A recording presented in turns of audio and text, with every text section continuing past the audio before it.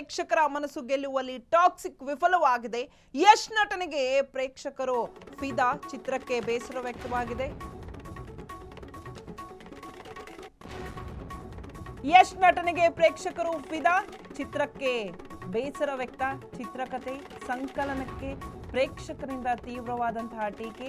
3 ಗಂಟೆಗಳ ಕಾಲ ಹಿಂಸೆ, ಬೇಸರ ತರಿಸುವ ಸಿನಿಮಾ. ಟಾಕ್ಸಿಕ್ ಸಿನಿಮಾಗೆ ಎಕ್ಸ್ ಖಾತೆಯಲ್ಲಿ ಮಿಶ್ರ ಪ್ರತಿಕ್ರಿಯೆ. ಸಿನಿಪ್ರಿಯರಿಗೆ ಇಷ್ಟವಾಗಲಿಲ್ಲ ಟಾಕ್ಸಿಕ್ ಸಿನಿಮಾ. ಸೋಷಿಯಲ್ ಮೀಡಿಯಾದಲ್ಲಿ ತರಹವೇರಿ ಟ್ವೀಟ್. ಈ ಚಿತ್ರ ಫ್ಯಾಮಿಲಿ ನೋಡೋಕೆ ಸಾಧ್ಯವೇ ಇಲ್ಲ. ಕೇವಲ ಸಾಧಾರಣ ಚಿತ್ರವಲ್ಲ, ಸಂಪೂರ್ಣ ದುರಂತ ಸಿನಿಮಾ. ಟಾಕ್ಸಿಕ್ ಸಿನಿಮಾ ಪ್ರೇಕ್ಷಕರ ಮನಸ್ಸು ಗೆಲ್ಲುವಲ್ಲಿ ವಿಫಲವಾಯ್ತಾ ಹಾಗಾದ್ರೆ? ಸೊ ಯಶ್ ನಟನೆಗೆ ಪ್ರೇಕ್ಷಕರು ಜೈಕಾರವನ್ನ ಹಾಕ್ತಾ ಇದ್ದಾರೆ. ಬಟ್ ಸಿನಿಮಾಕ್ಕೆ ಎಲ್ಲೋ ಒಂದ್ ಕಡೆ ಬೇಸರವನ್ನ ವ್ಯಕ್ತಪಡಿಸ್ತಾ ಇದ್ದಾರೆ.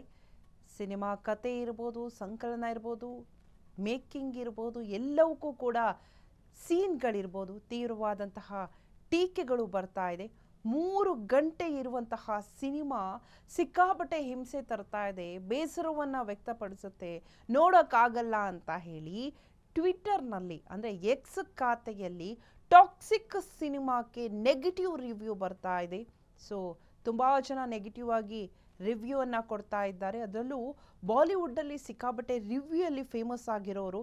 ಯಾಕಂದರೆ ನಮಗೆ ಸಿನಿಮಾ ರಿಲೀಸ್ ಆಗೋಕ್ಕಿಂತ 1 ದಿನ ಮುಂಚೆನೇ ಅವರು ರಿವ್ಯೂ ಕೊಡ್ತಾರೆ ಸಿನಿಮಾವನ್ನು ನೋಡಿ.